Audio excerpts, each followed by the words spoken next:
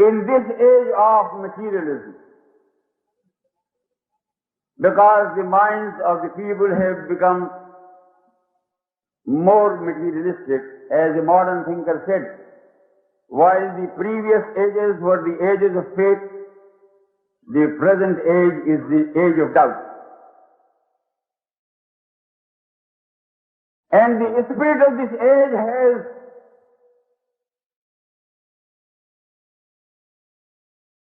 created an impact even on the minds of Muslims who were commissioned by Allah subhanahu wa ta'ala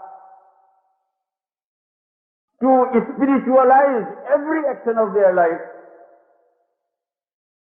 They are today, some of them, even some of their ulama, are speaking today in terms which belie their allegiance to the ideals and to the spirit of Islam.